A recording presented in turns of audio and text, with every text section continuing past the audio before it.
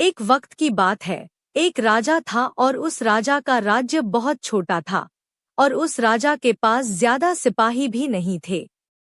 उसे हर वक्त यह डर रहता कि कब किधर से कोई उसके राज्य पर हमला कर दे।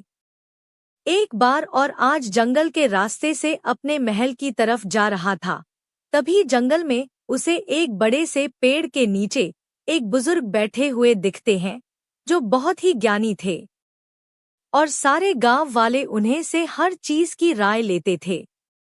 राजा अपने घोड़े से उतरकर उन बुजुर्ग आदमी के पास जाता है और उनसे कहता है कि आप मुझे कोई ऐसा ताबीज दे दीजिए जो मुझे बुरे वक्त से बचाकर रखें।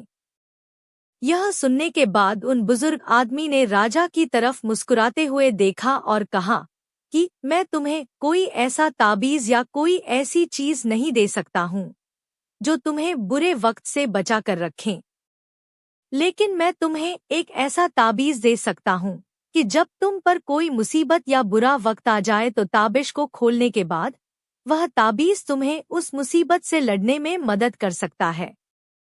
लेकिन याद रखना, इस ताबीज को तभी खोलना जब तुम पर चारों तरफ से मुसीबत आ चुकी हो, तुम्हारा समय बहुत खराब चल रहा हो और तुम्हारे लिए सारे दरवाजे बंद हो चुके हो। तब तुम उस ताबिश को खोलना, तुम्हें उस मुसीबत से लड़ने की हिम्मत मिल जाएगी। राजा उस तावीज को लेकर वहां से चला गया। कुछ समय बीतने के बाद उस राजा के राज्य पर कुछ लोगों ने हमला कर दिया और राजा को पता था कि यह उसके साथ एक दिन जरूर होगा। राजा ने अपने सैनिकों को तैयार किया, लेकिन उसे राजा के पास ज्यादा सैनिक नहीं थे और इसीलिए वह यह जंग हार गया।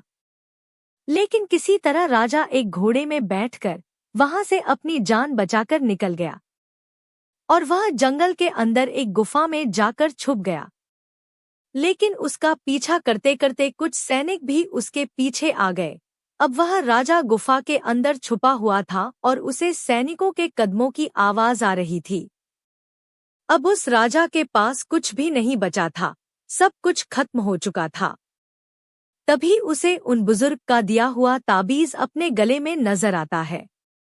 उसने बड़ी ही उम्मीद के साथ उस ताबीज को खोल कर देखा। उस ताबीज के अंदर उसे एक चिट्ठी देखी जिस पर लिखा हुआ था, यह वक्त भी गुजर जाएगा।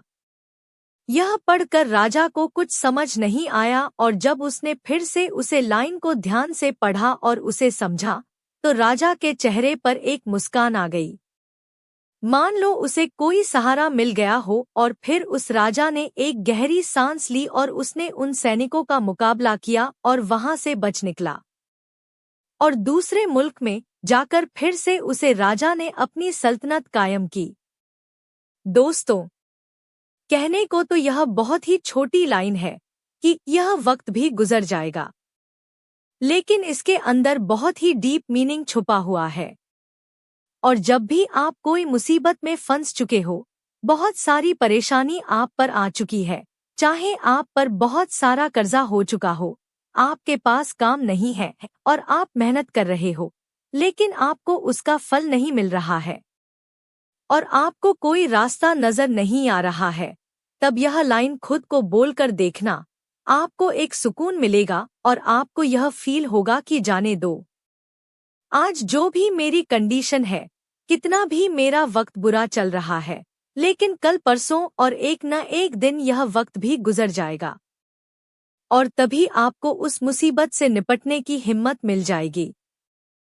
और वह कहते हैं ना कि जब आपका अच्छा समय चल रहा हो तो उस टाइम पर शुक्र करो और जब आपका बुरा वक्त चल रहा हो तो उस टाइम पर सब्र करो, क्योंकि समय अच्छा चल रहा हो या बुरा, वह ज्यादा दिन तक नहीं रहता और जिंदगी उसे ही कहते हैं जिसमें दुख भी हो और सुख भी।